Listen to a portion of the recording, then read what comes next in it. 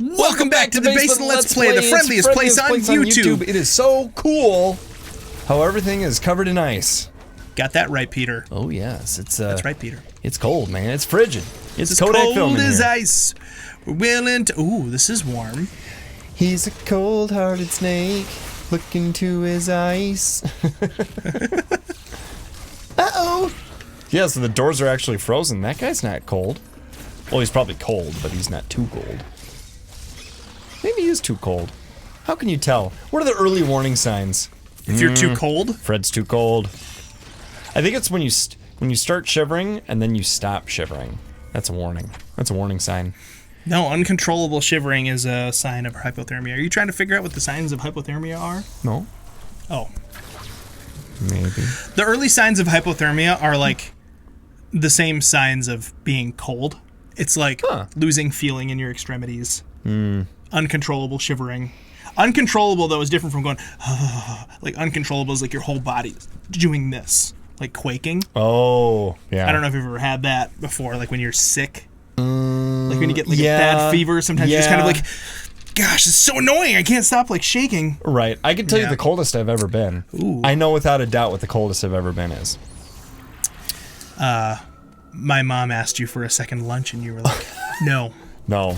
That was cold. That was cold, Peter. No, Susan. That's not her name. Not even close. Well, I didn't want to give out her real name on the internet. I want to dox my mom. Plot twist, it is Susan. Gotta check where we're going here. That's a frozen door, so we don't want to go there. Let it go. Let it grow. Remember Let It Grow? I do. I do. And, I like big beards. Yes, I do like big beards. And I cannot lie. So the coldest I've ever been. I will tell you all about it. So a boss room. Ooh, do it. Ew! Ow! Oh, my gross appendage.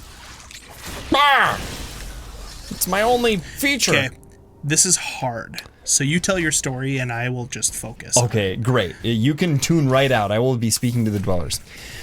So I went to college in Colorado, which is not where Ted and I are from. We're here in Minnesota. And at this particular college, they didn't have class on Fridays, unless you were a music major, which I wasn't. So I didn't have to ever go to class on Fridays. So I bought a season pass to the ski resorts where I could go snowboarding every Friday. That's cool. You snowboarded? I did. I converted to it when I went out to Colorado. Whoa, Peter was treading some powder, bro. I was shredding some gnar. Oh. No, that's surfing. Well, whatever. It's basically the same thing. Look at this. Do you remember seeing that dead monster earlier? Yeah, in Breath of the Wild. No, it's the lizard. No, there was a dead monster earlier, and you were like, wow. Remember. And the X came and revived, like it sucked its dead body and turned into an X version of it. Terrible. This is one of the hardest bosses in the game. But look at it. Nice. So good. That's gaming. I'm glad the Tri-Mouth didn't make it through evolution any further than it did, apparently. So, I go snowboarding every Friday, but when I was a freshman, I did not own a vehicle, and so, you'd have to catch a ride with someone else who was going. You'd make friends, but it was unreliable. Not everyone wanted to go every Friday, but I sure did. So anyway, one day, the only ride that was available, I had to choose. Either don't go snowboarding, or get a ride in the bed of a pickup truck. All the way from Denver area, where the school was, to like, I don't know, an hour plus west and up into the mountains. But it wasn't a super cold day. The sun was shining, and you bundle up when you go snowboarding. So I thought, yeah, I'll take a ride in the back of the pickup truck. So I put on my snow pants, and I got my boots, and I got my snowboard, and my, I got all my stuff. I'm dressed up. I got good gloves, I got a good hat. I even put my goggles on. So I ride in the bed of the pickup truck all the way up the mountain, go snowboard, and it works great, right? We go snowboarding all day. I really like this part of the battle. Like trying to dodge all that. It's like you're scrolling. It's like a shmup. It's really cool. And I died. And you died. So I ride all the way up, and I go snowboarding all day. And then I'm tired. Ooh. I'm wet. Oh. It's dark. It's colder than it was in the morning. Ooh. And I climb into the bed of this pickup truck, and it felt like the ride home took 3 times as long as the ride up. You were just freezing. I was so cold. We got back to the parking lot at the school, and it took me minutes, like multiple minutes, to go from the truck stopped to me standing outside of the truck. Because, like, just unfurling my limbs. And then, like, I was afraid to jump out of the truck. I was so numb, I thought I'm gonna hurt myself landing funny because I'm not coordinated and I can't climb over the bed of the truck. Yeah. Oh, it was awful. And then I remember going into my room and not being able to untie my boots because I was too cold. Like, my fingers wouldn't do it. I couldn't hardly even bend down to the boots. I was debilitated by being cold, and I never really occurred to me that that was like a reality, you know, that was a possibility. This boss is so cool! But I did end up finally getting out of my stuff, and I just, you know, I got down to boxers and climbed into my bed, my dry, warm, clean bed in the dorm, and I just couldn't fall asleep and couldn't get warm. I was just cold for like hours more. Slowly, finally warmed up. I should have gotten in the shower, but I think I thought I would warm up eventually, and then once I was laying still, and you know, it was hard to want to be motivated to get up and take a shower. Plus I thought it might like hurt or itch the way getting warm too fast after being cold does. But yeah, it you know, and I didn't like lose any toes to frostbite or anything. I know a lot of people have suffered a lot worse when it comes to cold, but for me, hands down, like, and I've gone sledding and, you know, snowboarding, you know, as a kid and as an adult, and snowmobiling and all that. Did I say that? I've been cold, but, you know, and I've been Minnesota. There's a level though where it's like it was so a cold whole that you're just like, new plateau of cold. I've got to. Oh, dude, you knew exactly where to be for that mouth blast, though. Yeah. I was worried. I was like, dude, move! And then he stopped right at you, and I was like, oh, Ted knows what he's doing. I was so close. I've missed so many cues and things like this time. So, if you do it right, when he's blowing the wind at you and, you know, you're running against the wind, yeah, you can charge up a shine spark and run into him with one, and it does crazy amounts of damage to him. But it's hard to do. Oh, well, you gotta be like, the timing is crucial. I wonder how many episodes it would have taken me to beat this boss if you'd have thrown me in the deep end here. Yeah. It would have been a lot. I remember it, like, it took me so many times the first time to get this guy. Oops. Mainly because he hurts so much more than any other boss hurt up to this point. Yeah. I think normally you have space jump fighting this guy. Which I would skipped probably be helpful. I did that bomb jump thing. Remember? Yeah. So I skipped over having a space jump. We'll get it though eventually here because I don't want to have to deal with it without. Oh, his little yellow wrist joints are weaknesses. Gross, you can't even see his whole, like... Oh, yeah! Okay, self. I got one of these cinema scenes.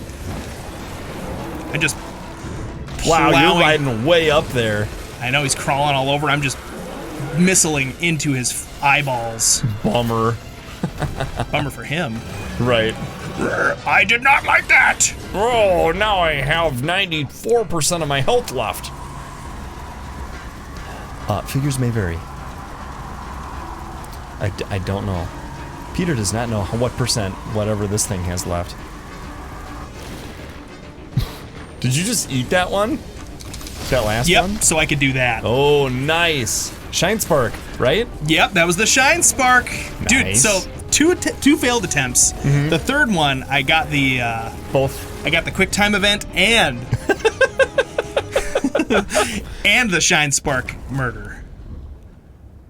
That was an ex-parasite that just died in the lava down there. Good. Yeah, but I killed all of the goo that was blocking up the space heater. I got space heater power. But I didn't acquire it for myself. It's funny, because we keep saying space heater, but literally, it's a space heater in space. It's like, it doesn't just heat a little bit of space in your house. It heats outer space. Space. Heaters in space. Did you know that Ted has a real Mr. Bucket? Wait, hold on. How am I going to get up here? He's Mr. Bucket. Uh-oh. Soft lock. No, I don't think that's the way to go. Checkmate, devs. Check and mate. Checkmate, atheists. Hey, Poopy butt ball. Dude, listen, you can't just... Oh. They had I went to a restaurant called The Muddy Cow, and they have free cheese balls. Like, you know, the giant barrel. Yeah, you get the big giant plastic they've just got those little, like, they're like the rectangular shaped thin cardboard trays that you sometimes see for, like, free popcorn at places. Yeah. They've got a bunch of those, and then just, like, multiple bathtubs worth of these cheese balls out. So it's a great place to take the kids.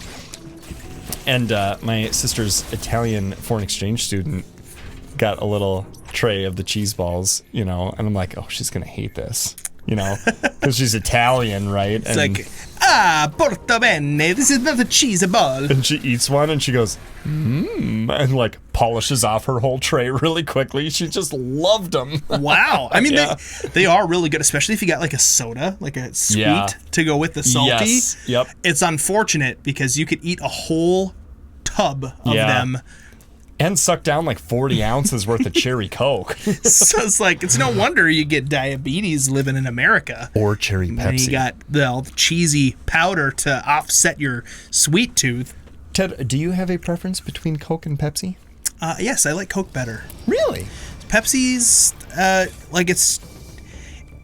it has less flavor, in my opinion. It's like, it's more sweet. Yes. But it doesn't have agree with that. Coke flavor in it. You know what I mean? Yeah, I prefer Pepsi. I like it a little sweeter. I don't think you drink much Coke. No, I don't. I'm more of like a Mountain Dew guy anyway. Yeah. But I basically only drink pop if I'm like at a movie theater or at a restaurant, and like it just sounds like it might hit the spot. But yeah, we never have any. Like, we don't buy it at the grocery store. But yeah, I think it's kind of a treat. Just like sweet. You know, I almost view pop as a dessert. I mean, that's good. That's a healthy way to look at it instead of like an everyday sort of drink situation. I did have a pop when I went and saw the Ghostbusters movie. Ooh, was it good? Ghostbusters Did you like it? I did. Okay. It was good. And I'm not ultra familiar with like Ghostbuster lore either. I don't think you have to be. There's some definite stuff where it's like, oh, I think I would probably get this if I knew better. That's a really big guy. Wow. Okay, we're trying to get back down into here. But I'm wondering if I can just go through Emmy territory to get there. I think you could. Because we need to get over here where it was all frozen. Now it's not anymore. Oh, it's new. So, yeah. So I think let's go through this empty space here that we haven't really been in. There's no Emmy in here anymore because we killed the Emmy. Nice. A long time ago. It was the first Emmy we killed, actually. Well, I think it's probably a good idea then. I think it's probably the way to go. Next time.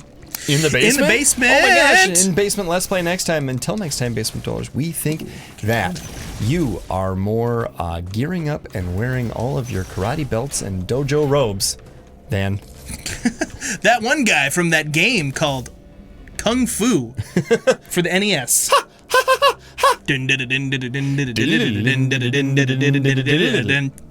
In the basement!